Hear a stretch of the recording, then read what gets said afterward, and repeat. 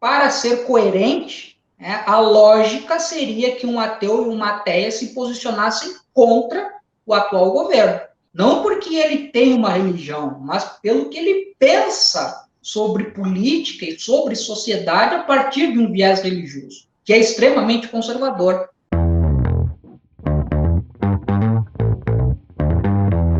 Bom, estamos aí na segunda edição, então, do meu quadro Papo Cético. Hoje eu estou com o professor, historiador Ricardo Oliveira da Silva para falar um pouco sobre a história do ateísmo. A gente vai falar um pouco sobre o contexto greco-romano da antiguidade, vamos dar um pit stop ali no iluminismo do século XVIII e depois vamos também bater um papo sobre o ateísmo aqui no Brasil, principalmente sobre os séculos 20 e 21, sobre agora também, né, neste período agora bolsonarista, né, Ricardo? Bom, o Ricardo ele é graduado em História pela Universidade Federal de Santa Maria, doutor em História pela Federal do Rio Grande do Sul, professor de História na Universidade Federal do Mato Grosso do Sul e pesquisador na área de História do Ateísmo, História do Brasil Republicano e Teoria da História. O Ricardo ele tem o seu canal aqui no YouTube também, que é historiador Ricardo Russell, e também escreveu um livro, né, Ricardo, que saiu recentemente, que é O Ateísmo no Brasil, os sentidos da descrença nos séculos 20 e 21. Estou aqui com a minha amostra para começar a ler daqui uns dias. Ricardo, obrigado demais por ter aceitado participar desse bate-papo aí. Estou muito curioso para saber o que você tem para trazer para a gente sobre a história do ateísmo. Na verdade, eu queria que você se apresentasse inicialmente, né? Fala um pouco da sua trajetória como historiador, como pesquisador nessa área da história do ateísmo. Você também, acho que lecionou uma disciplina sobre esse tema, né? Então, conta um pouquinho para a gente dessa trajetória sua acadêmica, como é que você foi pousar aí na história do ateísmo. Certo, certo. Bom, agradeço, Daniel, né, o convite, né, e a oportunidade de poder falar sobre história do ateísmo. Eu lembro que quando eu comecei a procurar material na internet sobre história, sobre ateísmo de um modo geral, na internet, no Facebook, eu me deparei com as tuas postagens lá, com o teu trabalho. A gente já fez uma conexão naquela época. Sim. Então, como tu se referiste aí, né, minha formação é na área da história, né, eu tenho graduação, mestrado e doutorado, todos eles na área da história. Eu comecei em Santa Maria, eu sou natural de Santa Maria, no Rio Grande do Sul. Depois eu complementei a minha formação em Porto Alegre. E em 2014 eu vim para o Mato Grosso do Sul, numa cidade do interior, né, que a Federal do Mato Grosso do Sul é multicamp, e eu dou aula num campus aqui do interior, né, não dou aula na capital, que é Campo Grande. E a minha relação com o ateísmo, na questão do ateísmo enquanto um objeto de estudo, né, um objeto de pesquisa, é uma coisa muito recente. Eu diria que começa em 2018. Então, é muito recente mesmo, porque no final da graduação e depois ao longo do mestrado e doutorado, eu enveredei para uma área de pesquisa, né, que se chama História Intelectual ou História das Ideias. Eu trabalhava pesquisando a intelectualidade brasileira da segunda metade do século XX, mas trabalhava com outras questões, né, questão agrária, conceitos de Brasil, etc. e tal. E foi aqui no Mato Grosso do Sul, aqui no campus de Nova Andradina, que a partir de 2018 eu comecei a me interessar por estudar a história do ateísmo a partir da criação da disciplina História do Ateísmo, né, que foi uma disciplina que eu apresentei, né, para o colegiado do curso de História em junho de 2018, e ela foi aprovada e em 2019 ela foi ministrada pela primeira vez, né? Então, como eu chego, né, nesse tema de pesquisa? Eu acho que é uma confluência de fatores que acabou contribuindo para que eu pensasse nessa temática. Acho que a primeira coisa a ser dita é que a minha formação acadêmica, ela se deu em ambientes seculares, tanto em Santa Maria quanto em Porto Alegre. Eu frequentei curso de História e o ambiente de pós-graduação em História bastante secular. O que eu quero dizer com isso? As pessoas tinham as suas crenças religiosas, mas isso nunca pautou temas de aula ou discussões em sala de aula. Na verdade, ninguém costumava falar sobre isso, né? A questão da religião, ela só entrava em discussão enquanto objeto de estudo. Eu lembro que eu tinha colegas que trabalhavam principalmente com história da Igreja Católica. Então, lá no Rio Grande do Sul foi assim, né, os ambientes que eu frequentei. Não saberia dizer se hoje continua desse modo.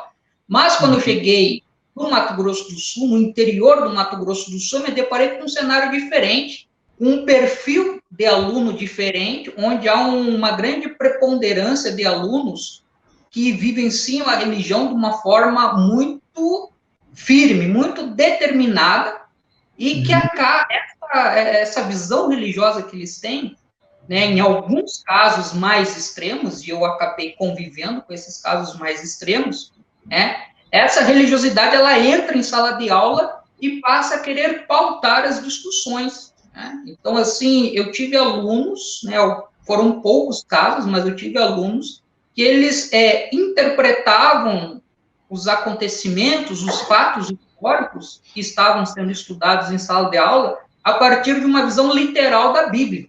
Né? Alunos que não sabem fazer a distinção entre a sua crença particular, pessoal, e aquilo que está sendo discutido em sala de aula. Então, alguns temas começam a se tornar polêmicos. Né? Eu vou falar sobre, né, a origem, né, do Homo sapiens, complicado. Falar sobre história medieval, falar sobre Igreja Católica, complicado. Né? Falar sobre teoria da evolução, complicado. Então, começa a ter vários temas sensíveis e que eu também comecei a perceber, assim, alguns professores também com cuidado no meio de se policiar, porque acaba criando tensionamentos em sala de aula. Aquilo ali me chamou muito a atenção. Logo que eu cheguei, eu comecei a notar isso e eu fui, né, pensando ao longo do tempo. Eu falei, está na hora, eles estão num curso de história que abre um leque, pelo menos comigo aconteceu isso, para pensar outras perspectivas, outras formas de compreender o mundo. Eu falei, eu acho que eles estão precisando um pouco disso. Né? E aí eu comecei a pensar um pouco na questão do ateísmo, porque, né, eu já estou com o ateu desde os 18 anos, eu falei, acho que está na hora deles conhecerem visões alternativas fora desse universo da crença religiosa. Então, esse foi digamos assim, foi um background, né, que estimulou a pensar a questão da história do ateísmo. Mas também aconteceram outros fatores que também me ajudaram a fazer com que eu fosse estudar a história do ateísmo. É que quando eu comecei, assim, no começo meio brincadeira e tal, né, vamos ver o que vai dar isso, eu comecei a notar que praticamente não tem trabalho sobre história do ateísmo. O ateísmo não é um objeto de estudo por parte dos historiadores e das historiadoras brasileiras. Né? A escassez é enorme, são pouquíssimos os trabalhos. Então, isso já me chamou a atenção. Eu falei, opa, tem uma coisa que dá para ser estudada. E a outra questão também que me estimulou a querer estudar a história do ateísmo é que eu comecei a perceber, eu fui lendo material, os dados do censo do IBGE que estavam mostrando o crescimento do percentual da população brasileira que se declara sem religião, e nesse universo estão lá os ateus e agnósticos. Né? Esse é um movimento que começa na década de 80 e continua até hoje. Então, eu juntei tudo isso e eu falei, opa, acho que aí está uma coisa nova para a gente fazer. Aí, depois da disciplina, eu criei um projeto de pesquisa dentro da universidade, que ainda está em desenvolvimento, e a partir desse projeto de pesquisa, vem, então, o livro aí, né, que tu mostrou no início. Então, esse foi a maneira como eu cheguei ao tema, tá? Eu tenho uma similaridade aí, então, com a sua trajetória, porque, em parte, eu comecei a estudar o ateísmo e sua relação com a saúde mental na psicologia, porque eu reparei que havia essa escassez de trabalhos também. Existe uma ênfase muito grande em estudos sobre a relação da religiosidade com a saúde mental, mas cadê os ateus nesses estudos? É uma amostra que é praticamente negligenciada, sabe? Eu também tive um pouco aí desse fator, digamos, para me motivar a começar a estudar o ateísmo dentro da psicologia. Bacana, então, Ricardo. Eu achava até que a sua trajetória era mais longa, então ela é de uns 2 anos para cá e já rendeu um livro, hein, cara? Que bacana. Parabéns aí pelo envolvimento, pela produtividade. Mas então me conta aí, o que é que você entende, Ricardo, sobre ateísmo, em termos mais conceituais mesmo, porque eu sei que há uma divergência, né? Tem autores que vão falar de um ateísmo positivo, ateísmo negativo, que todo mundo nasce ateu, tem gente que já discorda dessa ideia que todo mundo nasce ateu. Então eu queria assim, que você trouxesse a sua visão do que é o ateísmo, de uma forma mais sintética mesmo, só para quem vai assistir a gente, até eu mesmo entender, sem muita confusão, o significado desse termo no nosso bate-papo de hoje. Sim, basicamente, né, eu costumo, quando eu falo sobre definições de ateísmo, eu apresento duas perspectivas, inclusive isso aparece no meu livro, no primeiro capítulo, que é uma perspectiva mais conceitual, e aí já nos remete um pouco à própria história do ateísmo. Essa perspectiva mais conceitual vem da etimologia da palavra. E ateísmo, né, vem de uma palavra grega, ateos, né, que pode significar ausência de crença na existência em Deus, ou a crença na não existência em Deus, né? Porque o né, no grego, tem o significado de ausência ou negação. Eu acho que a partir desse duplo sentido é que começa a aparecer essas definições, ateísmo forte, fraco, implícito, explícito, tudo mais. Eu não costumo entrar muito nessa seara, mas tem essa abertura. E uma outra forma de entender o ateísmo, que aí é uma coisa mais particular da minha área, que é procurar entender de que maneira, historicamente, os indivíduos e os grupos eles vão dando significado ao ateísmo. E aí a gente começa a perceber que o ateísmo ele não é algo que pode ser definido no singular, mas ele deve ser definido no plural, ele deve ser compreendido de uma forma plural, porque historicamente os indivíduos e os grupos vão dando significados específicos. Tá? Então, tem um autor que eu uso no meu trabalho que ele fala sobre isso. Então, pensar o ateísmo da maneira como ele historicamente vai adquirindo, vai ganhando significado. Claro que isso acaba fugindo um pouco de uma questão mais conceitual, que tem uma perspectiva de universalizar, tipo, uma definição que serve para qualquer caso, em qualquer momento. Quando se analisa historicamente, é preciso ter um certo cuidado, porque a maneira como se entende o ateísmo, por exemplo, no século XVIII, ele já não será a mesma forma de entender o ateísmo no século XV e no século XIX vai adquirir também algumas particularidades. Então, a coisa ela fica mais complicada de se definir, assim, de uma maneira única.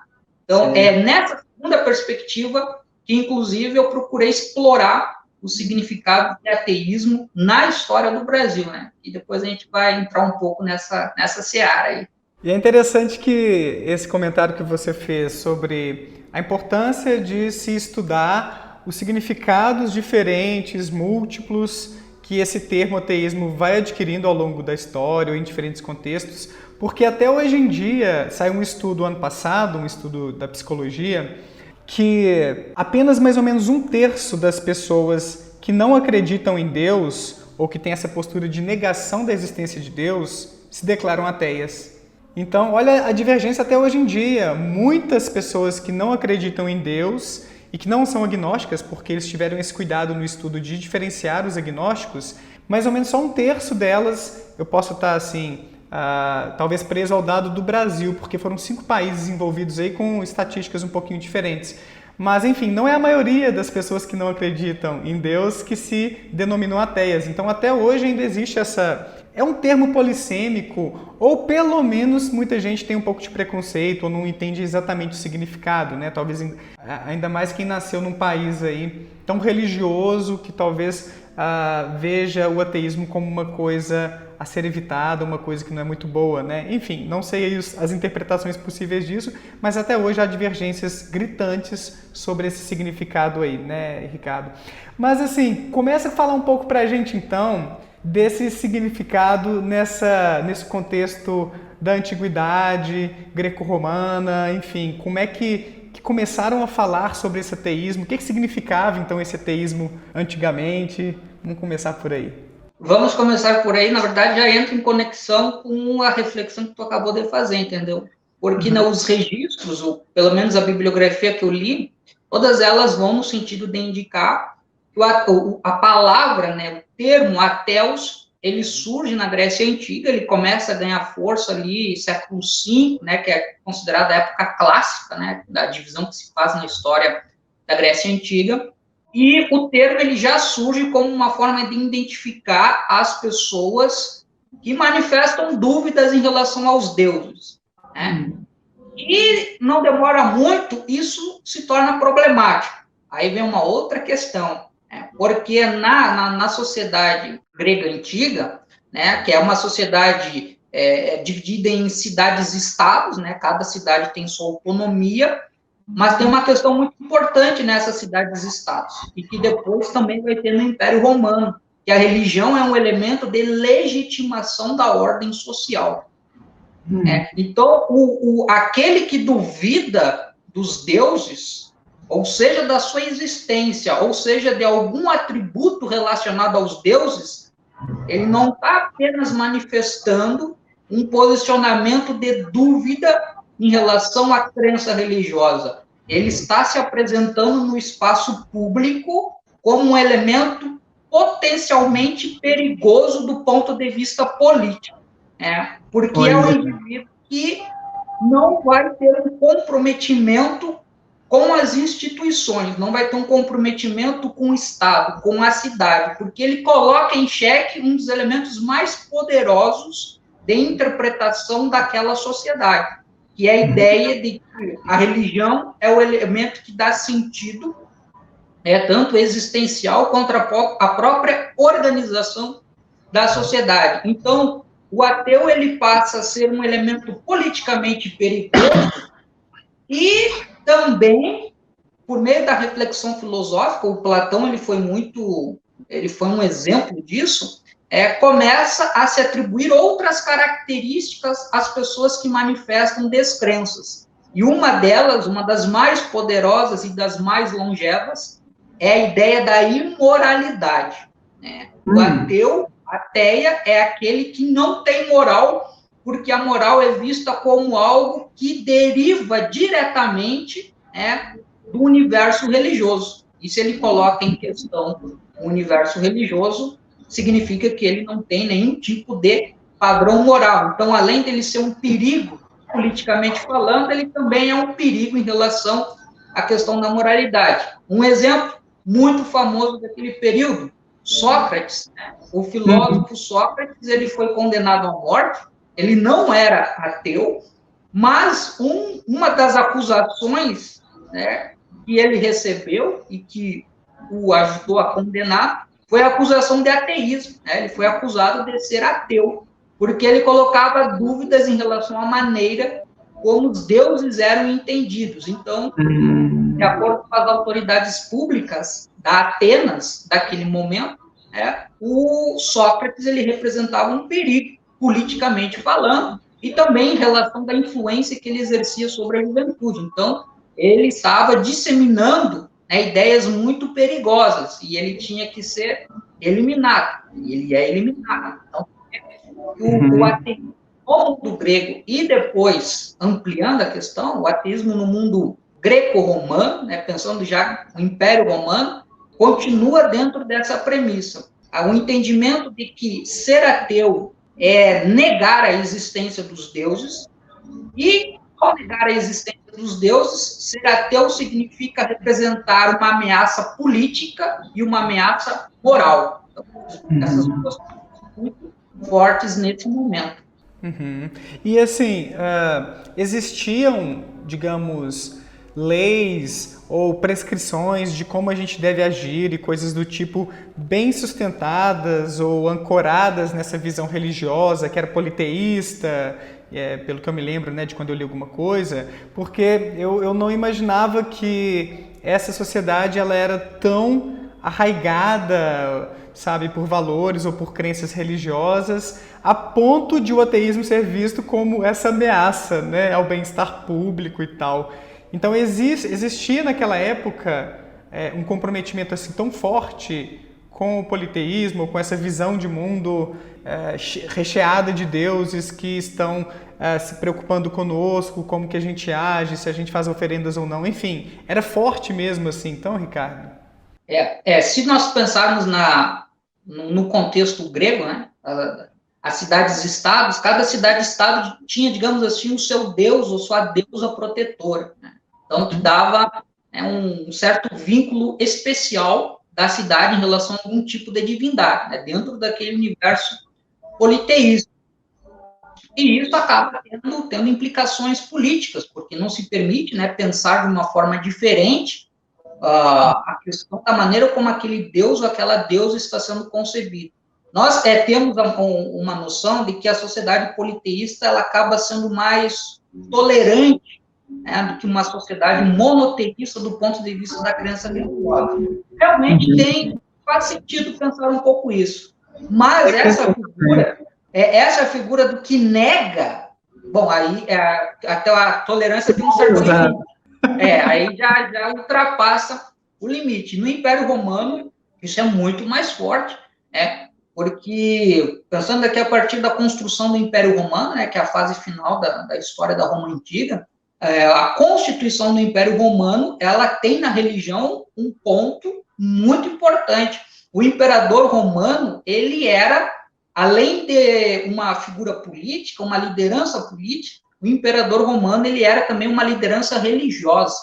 A ele era atribuído o título de sumo pontífice, e depois o Papa, né, atribuiu a si, mas isso era um título do imperador romano, né? Então, o Império Romano tinha o seu panteão de deuses, e tinha também um hábito de conquistar povos e fazer oferendas aos deuses dos povos conquistados, no sentido de ter proteção de tudo que é Deus. Tá? Então, tinha essa característica. Tá? Mas colocar em xeque, questionar os deuses, não é apenas uma questão religiosa, é uma questão política. E aí entra uma figurinha que nós conhecemos muito bem na nossa história contemporânea, que vai causar muito incômodo no Império Romano, que são os cristãos, que, quando surgem, eles são acusados de ateísmo, né? E eles são taxados de serem ateus, porque eles colocam em dúvida os deuses que faziam parte, né, daquele universo da sociedade politeísta. Não tinha problema no fato, os cristãos eles chegam, né, falando de um Deus que ninguém conhecia. Isso até não era assim, uma coisa, né, que fugisse muito da lógica de uma sociedade. Era só mais um Deus, né? Era só mais um. Esse não era o problema. O problema é que eles recusavam fazer adorações e demonstrar respeito em relação aos deuses que já estavam estabelecidos. Aí já era um problema político e religioso, né? E eles acabam sendo perseguidos por causa disso, durante um bom tempo. Eu estou com um livro aí que eu recebi essa semana, que é um livro de um historiador, que o nome do livro é Lutando contra os Deuses, o ateísmo no mundo antigo. Ainda não cheguei a ler.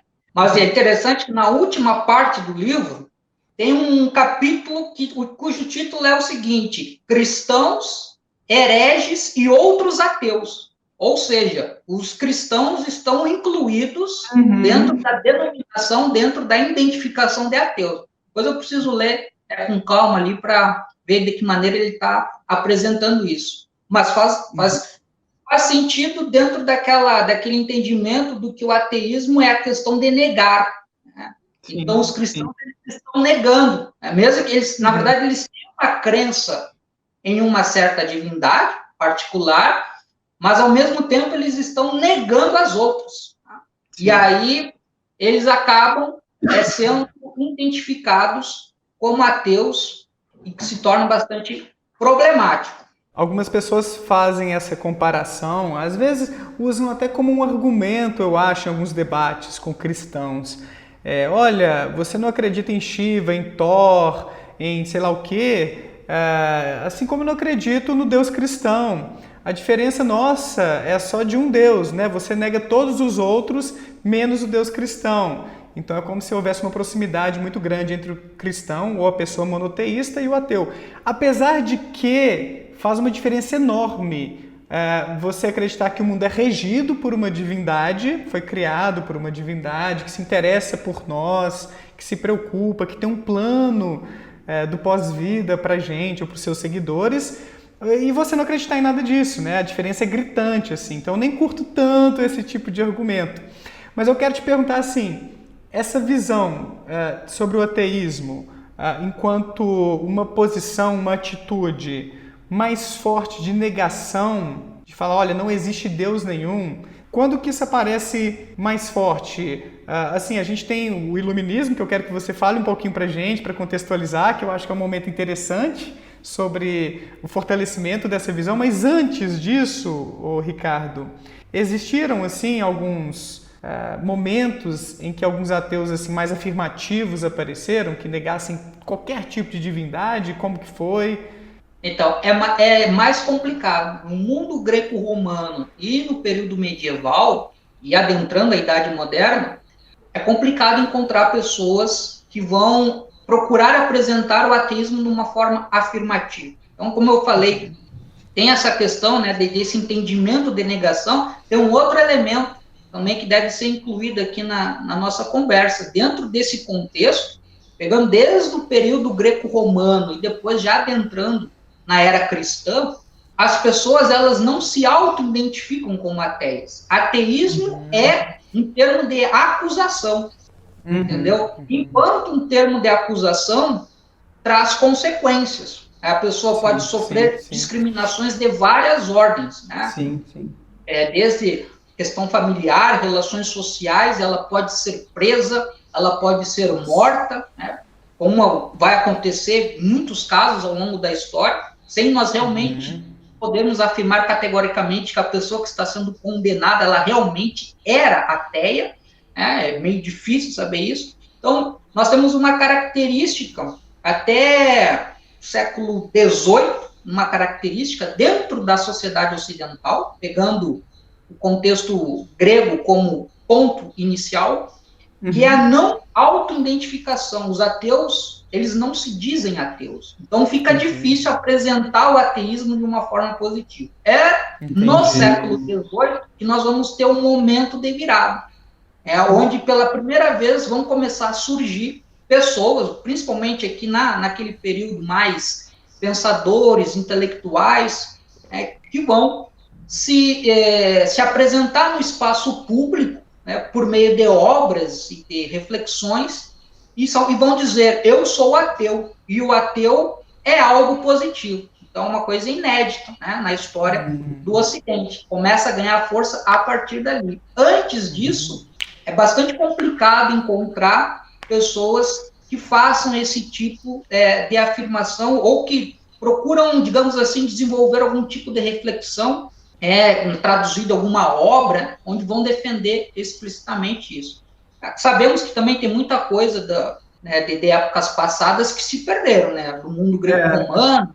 Então, fica meio difícil também saber até que ponto, talvez até pudesse ter existido, mas é difícil saber. Então, pelo que ficou registrado, é difícil encontrar esse tipo de material. Mas quando nós entramos no mundo moderno, do século XVII para o século XVIII, aí a situação vai começar a mudar. Apesar de que não era assim também uma mudança já da água para o vinho, né? Porque eu lembro quando eu li um pouco sobre Hume, eu li uns 2 livros dele, e aí eu fiquei interessado na história dele, eu fui um pouco atrás. Parece que os bastidores trazem pra gente um Hume que era ateu, mas que não manifestava esse ateísmo publicamente, que era um ateu meio disfarçado ali em função de questões políticas. Parece que ele teve problemas já para conseguir um cargo, uma cadeira, né, numa universidade, porque já havia essa acusação de ateísmo, embora ele não se manifestasse publicamente como ateu, né, assim. Hume foi o quê? Século XVII, por aí, não é? 18 já, então, né? Olha só, 18 e o negócio ainda não era assim tranquilo, né, Ricardo? Talvez houvesse mais espaço e talvez mais elementos, né? Eu quero que você conte um pouquinho pra gente aí, um pouco desse contexto, o que mudou, o que havia então nesse momento, para que esse discurso ateísta, esses trabalhos que foram se dissociando, digamos assim, desse viés religioso, começassem a surgir. E se a minha impressão está correta, né, de que não era uma coisa como é hoje em dia, a gente pode fazer aqui um vídeo manifestando o nosso ateísmo tranquilamente, sem medo de represália, né? Parece que também não era esse clima tão pacífico assim. estou certo quanto a isso ou não, e comente aí desse contexto para a gente, por favor. Ah, está certo. É uma ruptura, mas eu diria assim que é uma ruptura de uma minoria. Ainda é uma coisa muito delicada, Pontual, né, né? de falar publicamente. O que muda dentro desse cenário, né, o cenário europeu? E aqui a gente vai falar basicamente de uma questão vinculada à intelectualidade, à reflexão filosófica, que é onde eu transito mais, né? Então, o que nós temos, né? Nós temos uma mudança importante que é o declínio da religião enquanto uma visão de mundo explicativa para todos os elementos da realidade. Nós temos a revolução científica, do século XVII, que vai sedimentar o método científico de investigação dos fenômenos da natureza, e no século XVIII nós temos um amadurecimento disso, onde o pensamento racional ele vai transcender apenas a questão da sua utilização em relação ao método científico como uma forma de conhecer a dinâmica da natureza, mas também a racionalidade ela começa a ser privilegiada na forma de compreender outras esferas da realidade humana. E isso faz com que haja uma própria ressignificação na ideia de Deus. Então, se nós pegarmos os pensadores iluministas, né, a nata da intelectualidade iluminista, a maior parte delas não rompe com uma visão religiosa de mundo. Mas o que nós temos no iluminismo é o florescimento de uma nova concepção de Deus, que é o Deus deísta. Tá? Essa é uma concepção muito popular entre os pensadores iluministas. Mesmo reconhecendo a questão do pensamento racional, da investigação científica, né, tudo mais que está atrelado a isso, para muitos pensadores, romper totalmente com a ideia de Deus era ser radical demais, e eles não deram esse passo. O Kant foi um que não deu esse passo, o Voltaire foi um que não deu esse passo. Então, muitos recuam a se afirmar enquanto ateus. Então, nós temos a questão do Deus deísta, que é a ideia de um Deus criador do mundo, mas que ele não é interventor. Né? Então, o destino do mundo está nas mãos dos próprios indivíduos. Essa é uma ideia muito acalentada por uma boa parte dos pensadores iluministas. Mas existe um grupo minoritário que dá um passo além e rompe totalmente. Eu estudei muito, né, muito não, mas razoavelmente, eu estudei o caso do Barão de Holbach, né, que foi um pensador, né, ligado ao iluminismo francês do século XVIII. Ele publicou em 1770 um livro que é considerado a primeira obra declaradamente ateísta da história da filosofia ocidental, que é o Sistema da Natureza. Esse livro, ele traz duas coisas importantes para nós pensarmos como o ateísmo começa a se manifestar no espaço público. Porque o Barão de Holbach, ele vai não pensar o ateísmo apenas como negação da religião ou da ideia de Deus, mas ele vai procurar fundamentar filosoficamente o ateísmo. Então, ele vai dizer o quê? Que o ateísmo é uma visão de mundo alternativa à visão de mundo religiosa. Então, nós temos aí um ateísmo com conteúdo filosófico. Tá? E uma outra coisa que ele vai apresentar é uma defesa explícita da autoidentificação das pessoas enquanto ateias. Inclusive, no final do livro, ele chega a ter um capítulo onde ele vai discutir esse famoso dilema ateísmo e moralidade, e ele vai afirmar que ser ateu não implica em ser imoral, porque a moralidade não é um monopólio da religião, que é possível pensar a moralidade através de outros parâmetros. Então, acredito, e a partir daí, ele mesmo se apresenta, né, no espaço público enquanto um ateu, né? Mas ele, assim, não é, o caso dele não é o caso que será seguido pela maioria. E ele não sofre perseguições por causa disso. Bom, eu acredito um pouco pela própria posição social, né? Ele era um aristocrata, né? Barão, um aristocrata, um homem rico, de muitas posses e muita influência. Talvez ele tivesse mais liberdade de se manifestar desse modo do que uma pessoa, né, de um outro estrato social que poderia encontrar problemas.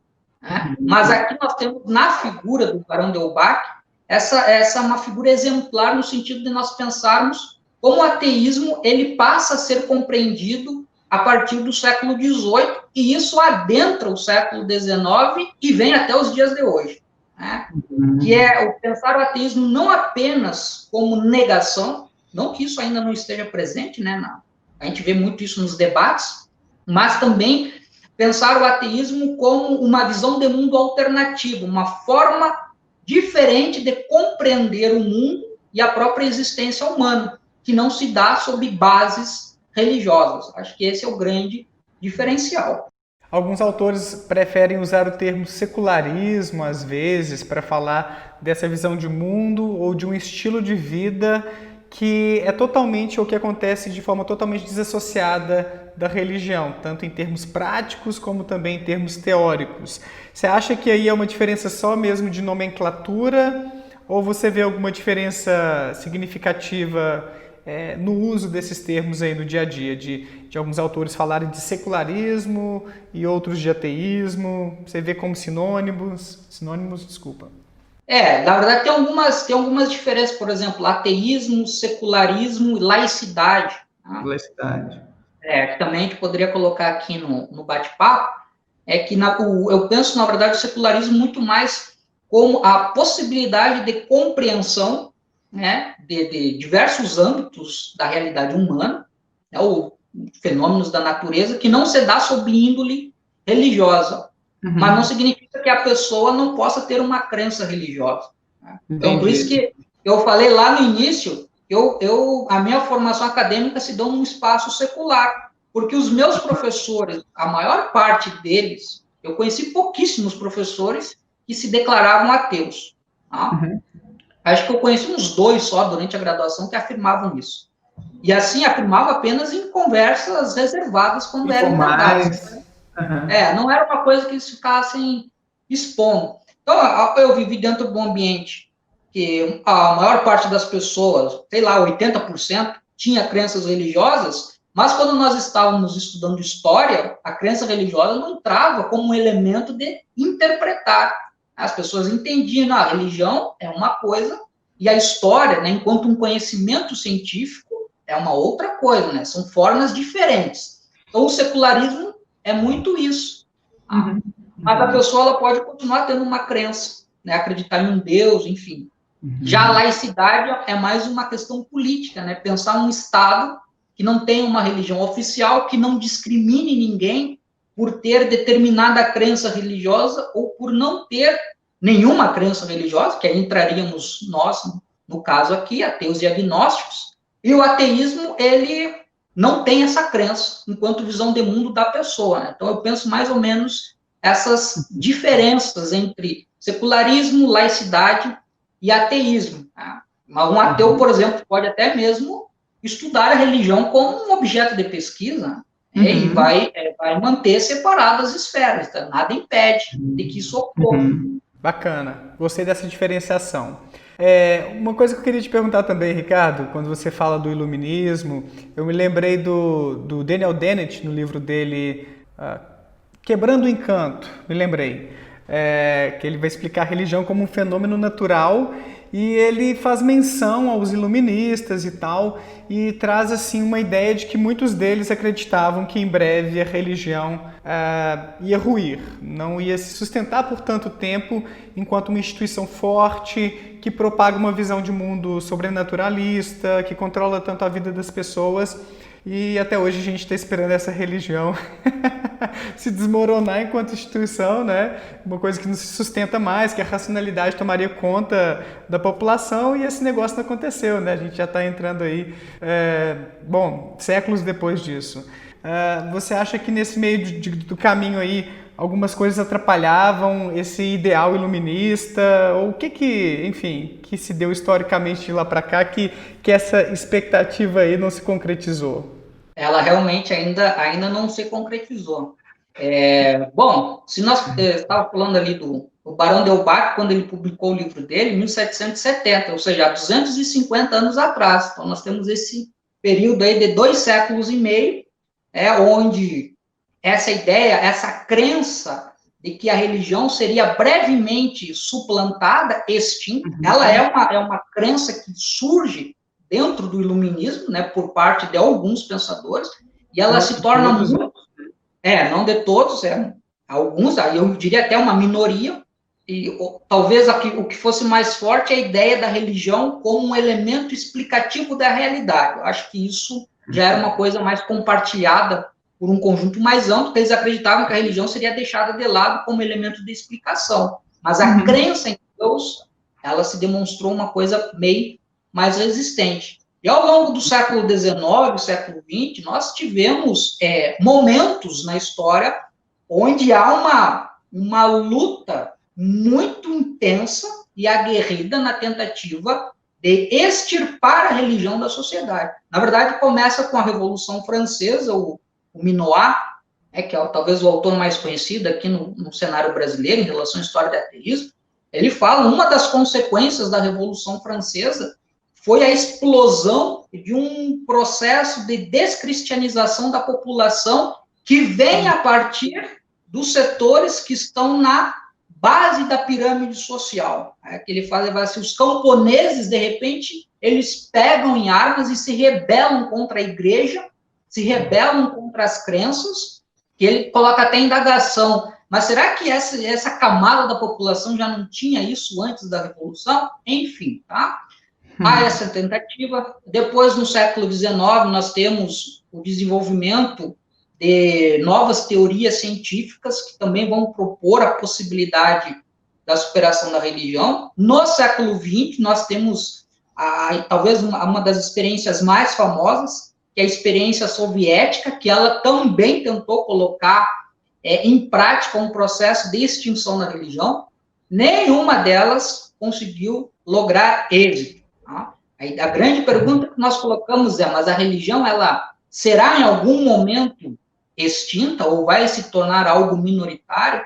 É difícil prever, mas eu acredito que a religião, ela é a maneira como eu entendo, inclusive, o que é a religião. Eu entendo a religião como uma forma de dar significado à existência humana. A crença religiosa, ela tem esse papel, só que ela é mais do que isso. Ela também se cristaliza em instituições, em relações sociais, etc. E tal. Então, ela vai muito além disso. Então, em alguns casos, são vários aspectos que envolvem o fenômeno religioso. E não é da noite para o dia que muda, principalmente no plano das ideias, no plano cultural, das crenças e valores, os estudiosos costumam afirmar, isso é o que muda mais lentamente. Quero colocar como exemplo, o cristianismo, ele não se tornou hegemônico no Império Romano da noite para o dia.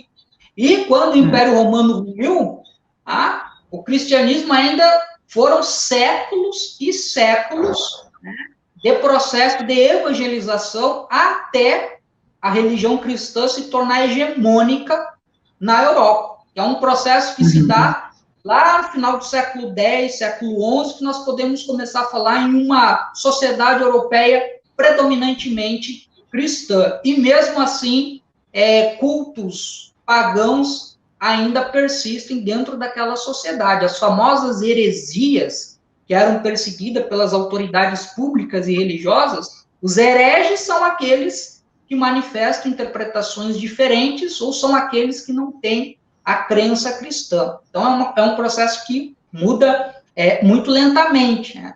E o iluminismo trouxe essa crença na possibilidade de que a religião poderia ser superada em breve. Ela não foi superada, ela mostra que tem muitos elementos em torno dela que precisariam ser melhor analisados. Eu não poderia oferecer uma resposta mais efetiva por eu não estudar profundamente a questão do fenômeno religioso. Né? Mas o que eu percebo através dos exemplos históricos é que as tentativas de, digamos assim, extirpar a religião à força, elas não foram efetivas.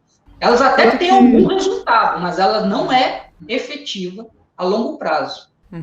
Você corta ali, mas não tira pela raiz, né? Aquilo que faz emergir o fenômeno religioso. Não adianta ser uma coisa à força, assim, né, Ricardo? Em alguns países, principalmente os países europeus, você vê já uma difusão de uma visão de mundo ou de uma forma de viver mais dissociada da religião. Você vê em alguns países praticamente a metade da população não acreditando mais em Deus, e alguns teóricos, de alguns estudos que eu já li em psicologia principalmente, levantam como hipótese a estabilidade econômica, política, sistema educacional, como que você viver em uma sociedade que te garante meios de sobrevivência, meios de existir mais seguros, você acaba tendo uma necessidade menor de se curvar aos deuses, né, de procurar essa ajuda sobrenatural. Essa, pelo menos, é um dos fatores que eu já li por aí para explicar, digamos, como que pode ser um dos caminhos aí para a religião ela ir enfraquecendo. Mas parece que tem outros aí, os autores divergem também. Agora, eu queria te perguntar também, já fazendo um link com o Brasil agora, que a gente falou aí do iluminismo, né, essas expectativas que foram meio frustradas, que daqui a pouquinho a religião não ia existir mais com aquela força toda e tal, mas a gente vê, como você mencionou antes, um aumento da população brasileira que não tem uma religião. Não necessariamente todas são ateias, né, todas essas pessoas, mas parece que está aumentando mesmo a proporção de pessoas não religiosas. Como que você, eu não sei se você aborda isso no seu livro, estou doido para lê-lo ainda, mas não sei se você toca nessa questão.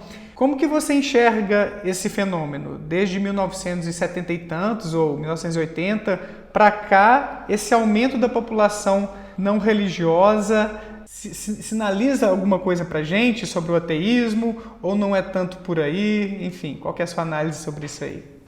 Sinaliza sim. O quarto capítulo do meu livro, que é o mais extenso, é onde eu foco nesse momento mais contemporâneo da história do Brasil, e eu apresento esses dados, etc. Então, nós estamos vivendo uma situação muito singular na história do Brasil, do ponto de vista das crenças religiosas, né? Porque o Brasil é um país de passado colonial, a colonização portuguesa, que começa no século XVI, ela tem entre os seus objetivos a expansão da fé cristã na sua vertente católica. Então, durante o período colonial, não era permitido, né, do ponto de vista do Estado, não era permitido que as pessoas tivessem uma crença religiosa que não fosse o catolicismo, né? Então, é todo aquele processo de evangelização das populações indígenas, né?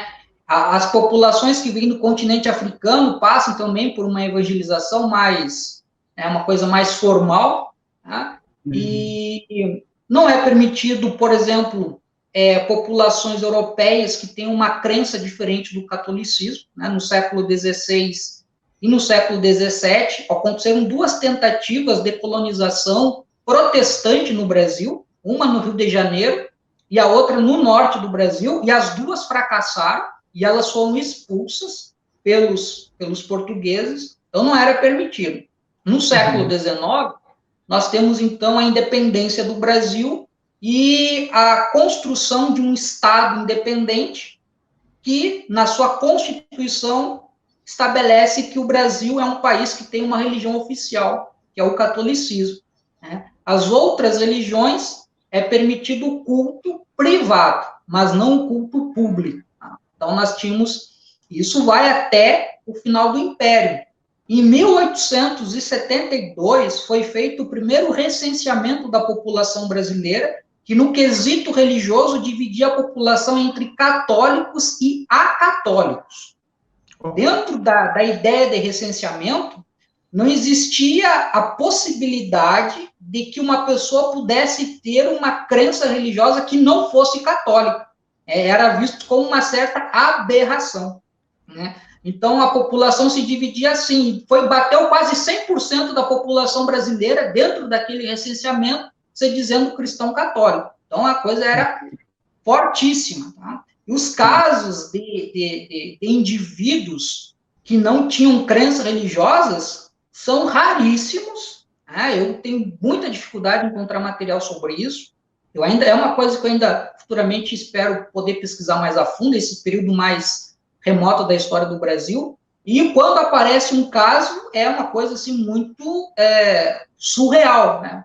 O Gilberto Freire, um livro dele chamado Nordeste, que é um livro de 1937, ele cita o caso de um senhor de engenho, né, do século XIX, que era uma figura muito exótica, porque ele era republicano e ateu. E entre as atividades dele, as ações dele, ele deixou de batizar um dos filhos, né? Então, aquilo chamava muita atenção, fugia totalmente, né, da norma, ou seja, ainda mais alguém da elite econômica do Nordeste.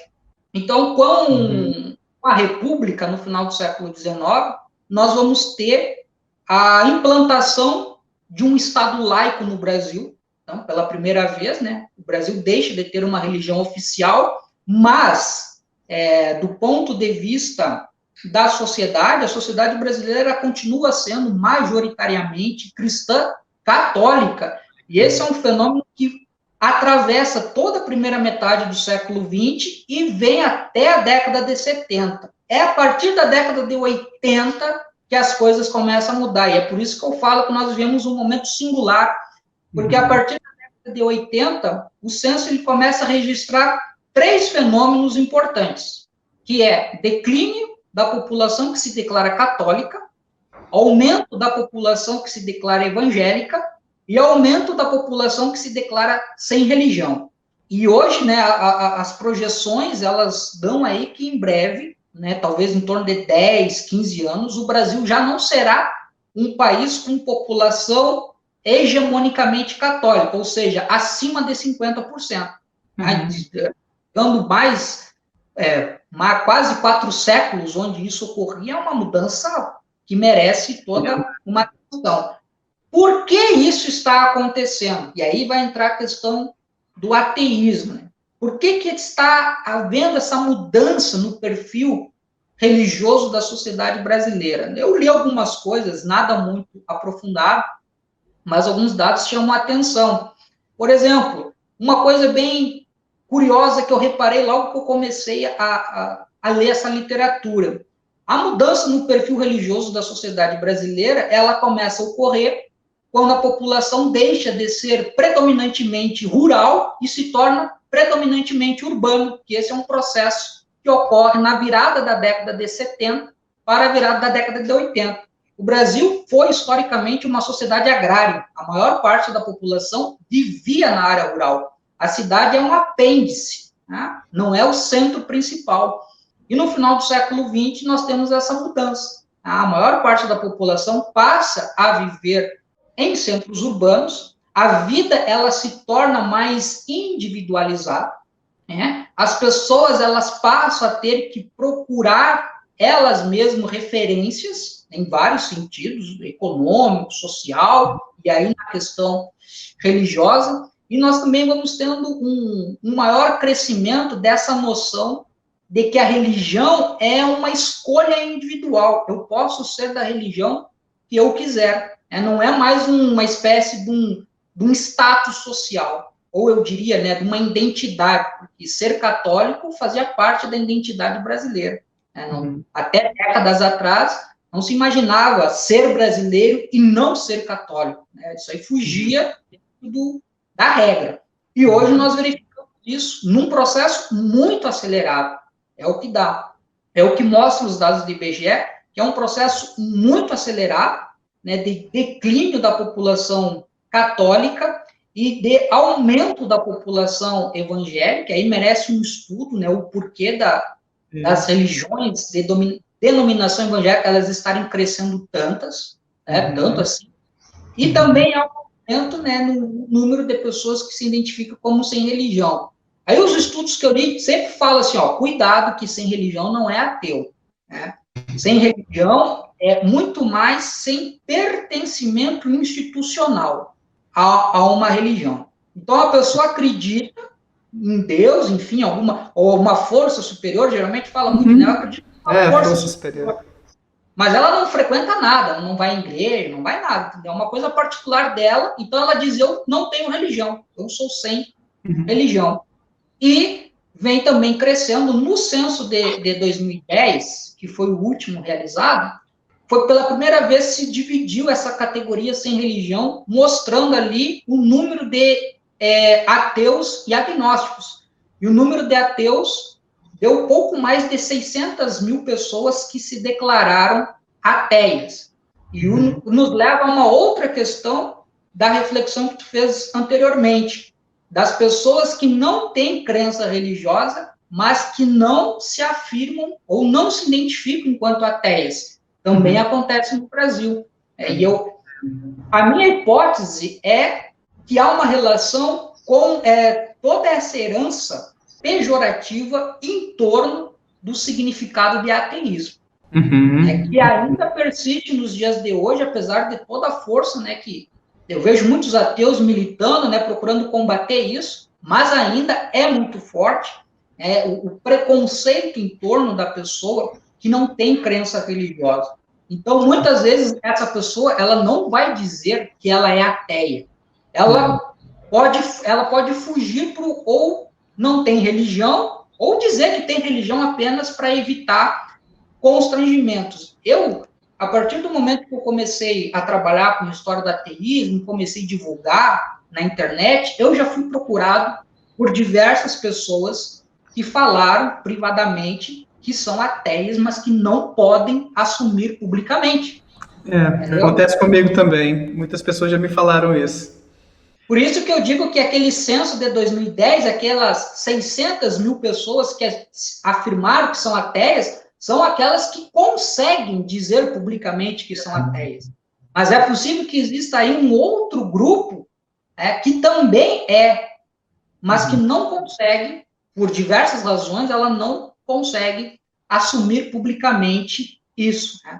Então, nós temos esse problema. Além disso, eu fico às vezes pensando que as pessoas que se afirmam mais como ateias talvez tiveram um contato mais próximo com leituras de autores que escrevem sobre ateísmo, Richard Dawkins, Hitchens, Daniel Dennett, Sam Harris, sei lá, e desenvolveram melhor a sua identidade ateia após lerem esses tipos de livro.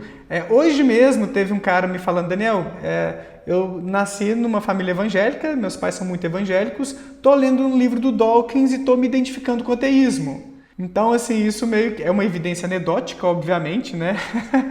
Mas que aguça um pouco essa minha intuição que talvez o acesso a esse tipo de material, esse ateísmo mais teórico, né, como visão de mundo, como você colocou antes, que eu acho bem interessante, Minuá também fala um pouco sobre isso, né, esse ateísmo teórico, talvez não seja tão desenvolvido entre pessoas que não acreditam em Deus, mas ao mesmo tempo não se denominam ateias. Mas é assim, é uma hipótese. Quem sabe em algumas pesquisas para frente aí a gente não investiga isso também. Mas, Ricardo, eu queria te fazer mais uma pergunta para a gente, antes de finalizar, que é sobre justamente esse cenário, né? A gente está vendo um crescimento da população não religiosa aqui no Brasil e, ao mesmo tempo, a gente está agora passando por um período em que a gente tem um governo bem conservador, né? Com pautas religiosas aí bem escancaradas. E queria saber assim, o que você pensa sobre o ateísmo no meio disso tudo aí.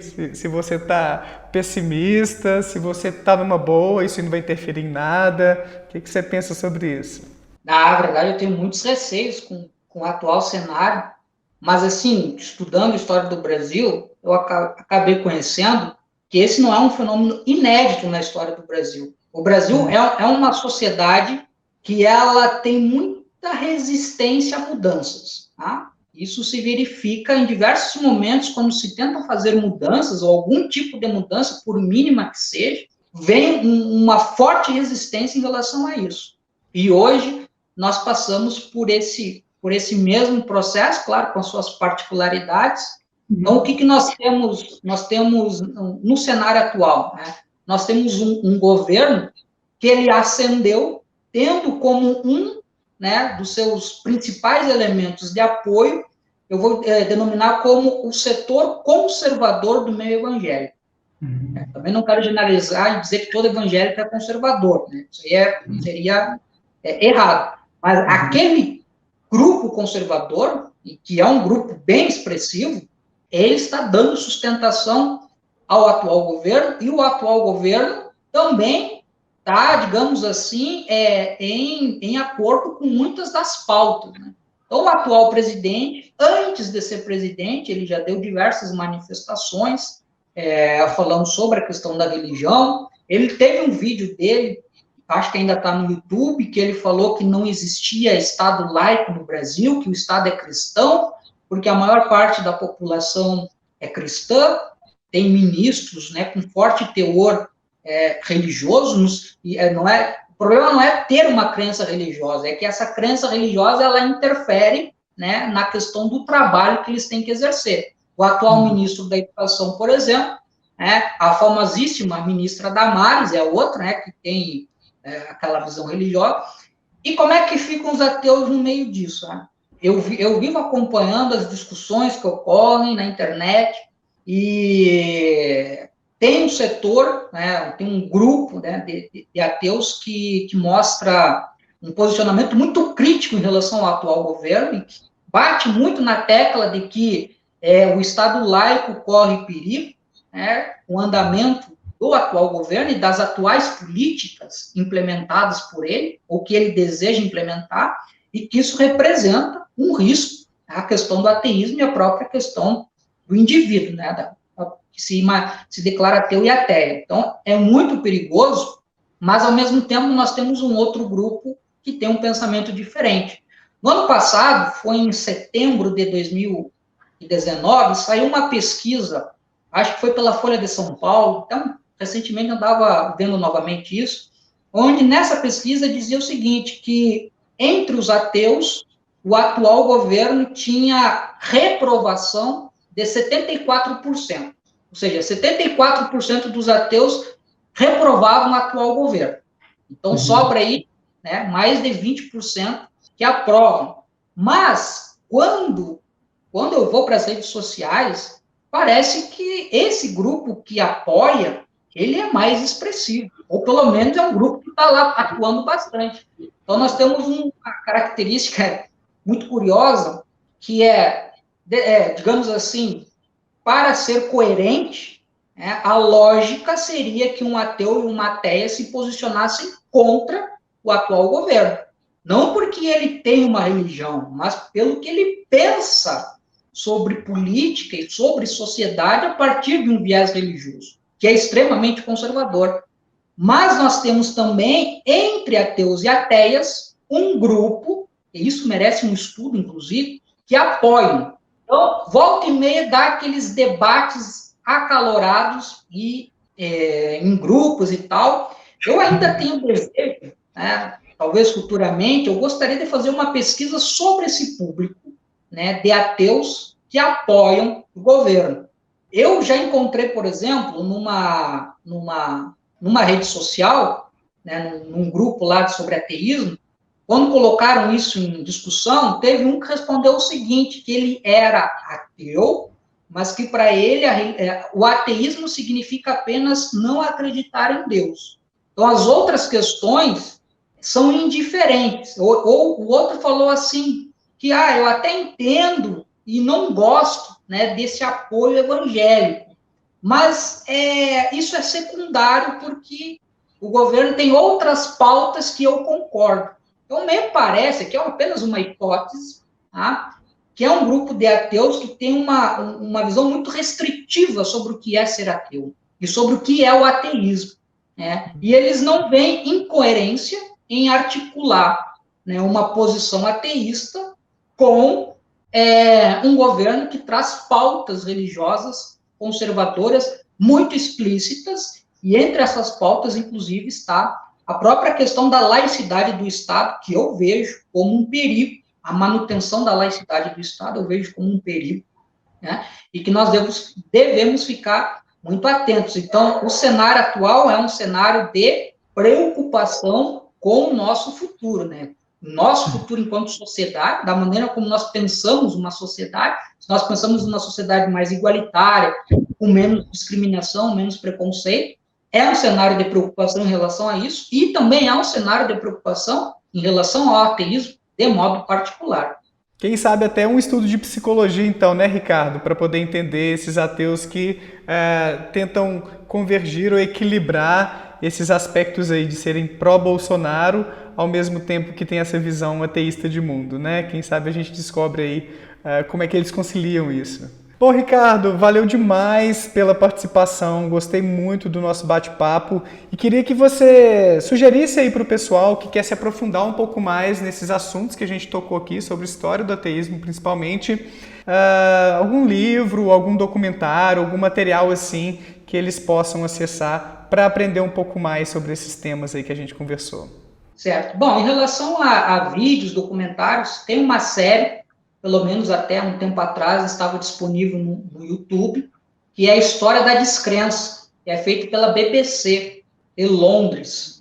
Acho que eram 3 episódios, uma série muito boa, tá? Então fica uma indicação de documentário. Também tem um documentário, em torno de uns 20 minutos, produzido aqui no Brasil, isso lá 10 anos atrás, acho que é vinculado à Liga Humanista Secular do Brasil, que traz depoimentos de ateus e ateias, enfim, discute um pouco a questão do preconceito, é uma indicação de vídeo interessante. E livros, bom, quando se fala de livros em relação à história do ateísmo, eu não vou ser aqui muito animador, não, porque no cenário brasileiro nós não temos muitos livros sobre isso. Na verdade, a bibliografia é extremamente escassa. Eu ando tendo acesso a material, mas tudo em língua inglesa. E ainda assim não é um material lá muito, muito extenso. Mas, por exemplo, em termos de indicação de leitura, eu indicaria inicialmente este livro aqui, que é um livro de caráter mais introdutório, né, Ateísmo, uma breve introdução. Não é um livro apenas história do ateísmo, mas tem um capítulo que é sobre história do ateísmo. Ele também vai falar sobre a questão ética, né, sentido da vida, né, dentro de uma perspectiva ateísta. Inclusive, tem um capítulo final que ele vai discutir se ser ateu significa ser contra religiões, né? Ele tem um posicionamento. Então, é bem interessante. Ele é um filósofo inglês.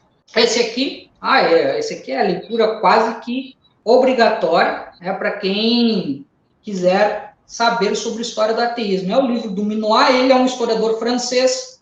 Esse livro foi publicado na França em 1998 e foi traduzido e publicado no Brasil em 2014. Então, ele é um livro bem extenso, tem mais de 700 páginas, só que, assim, o Minoir ele se propõe a fazer uma história do ateísmo ocidental, mas acaba sendo muito mais uma história do ateísmo na Europa, e em determinados capítulos é basicamente a história do ateísmo na França. Em parte, isso pode se dar em relação à documentação, porque imagina, eu vou fazer uma história do ateísmo ocidental, toda o Ocidente, como é que eu vou conseguir fontes? Então, penso, mas vale a pena, né, a leitura. Recentemente até escrevi um texto sobre ele, e o final do livro tem uma coisa que fica meio datada. Ele é de 98. 98 nós estamos alguns anos antes da eclosão daquilo que depois foi denominado de neoateísmo, né? Vinculado ao Dawkins, ao Sam Nerd e tudo mais. É antes disso. E ele termina o livro dizendo que, no final do século XX, ninguém mais está muito interessado em ficar debatendo sobre ateísmo, sobre Deus. As pessoas elas estão se tornando ateias, meio assim, um processo meio que natural, mas não tem mais um envolvimento em discutir no espaço público essas questões. E aí a história prega peças, né? Porque não demoraria muito e nós teríamos um ativismo ateísta aí revigorado no espaço público, que tem impacto até mesmo no Brasil. Tá? Mas ele não, como o livro é de 98, ele não analisa esse momento posterior. E aqui eu gostaria, né, já fez, mas eu vou fazer meu merchanzinho aqui no meu livro. Claro. Até onde eu sei, né, aparentemente é o primeiro livro na área da história, tá? Na área da história, que fala sobre a história do ateísmo no Brasil, tá?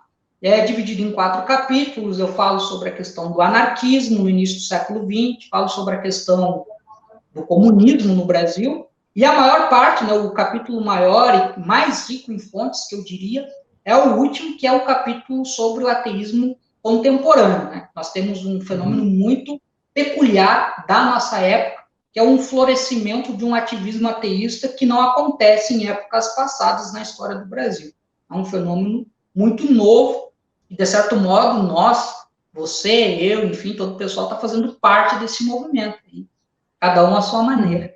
Ricardo, obrigado demais pela participação. Espero que a gente se veja mais aí em novas parcerias pela frente. Show de bola. Quem assistiu aí, por favor, se puder deixar o like, compartilhar este vídeo aí. Vou deixar aqui embaixo várias referências que o Ricardo trouxe pra gente. E comenta aí também o que você achou desse nosso papo cético.